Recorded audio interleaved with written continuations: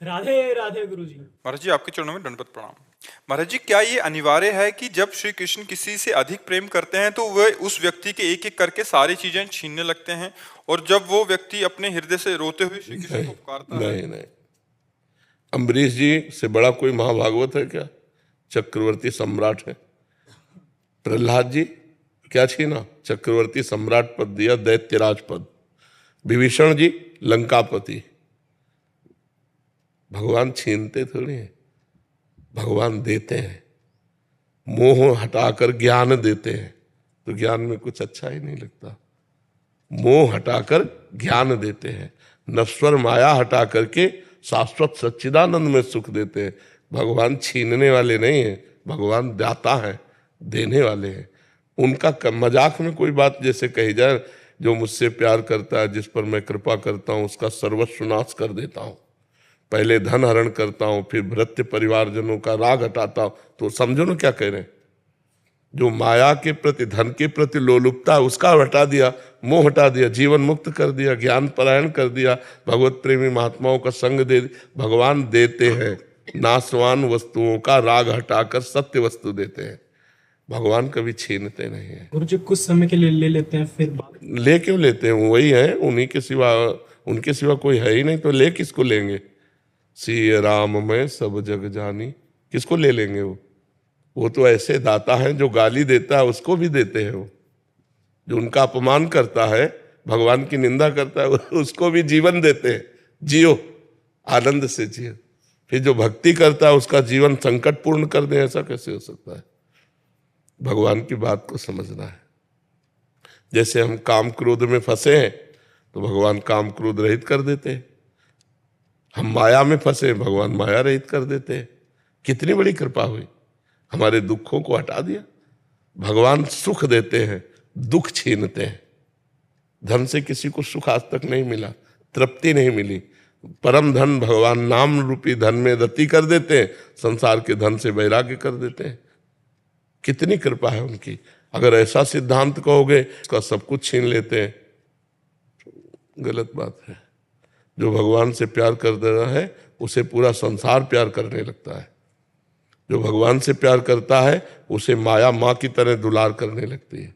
विचार करो, जा पर कृपा राम की होई, ता पर कृपा करे सब कोई। सब कोई प्यार कर रहा है, सब कोई हमें आशीर्वाद दे रहा है। वैसे संतों के पास लोग आशीर्वाद लेने जाते हैं और हमें आशीर्वाद देने आते हैं। स्वस्थ रहो, तुम्हारी दीर्घायु हो, तुम्हें कोई कष्ट ना हो। यहाँ ये आते हैं बूढ़े, ब्रजवासी, पंडित जन, संत जन, यही आशीर्वाद। ऐसे ही तुम बैठे रहो, स्वस्थ रहो, सुखी रहो।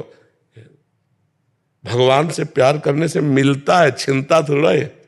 तो भगवान के कारण ही तो है। सोचो, अपना लड़का भी अपने से इतना प्यार नहीं करता जितना ये लोग प्यार करते हैं। तो ये कैसे प्यार हो भगवान? तो हम ये कैसे कहते कि छीन लेते हैं? हम तो कहते हैं भगवान दे देते हैं। अज्ञान छीनते हैं, माया छीनते हैं, दुख छीनते हैं, अशांति छीनते हैं, और शांति देते हैं, सुख देते हैं, करुणा करते हैं। ऐसा कैसे हो सकता है?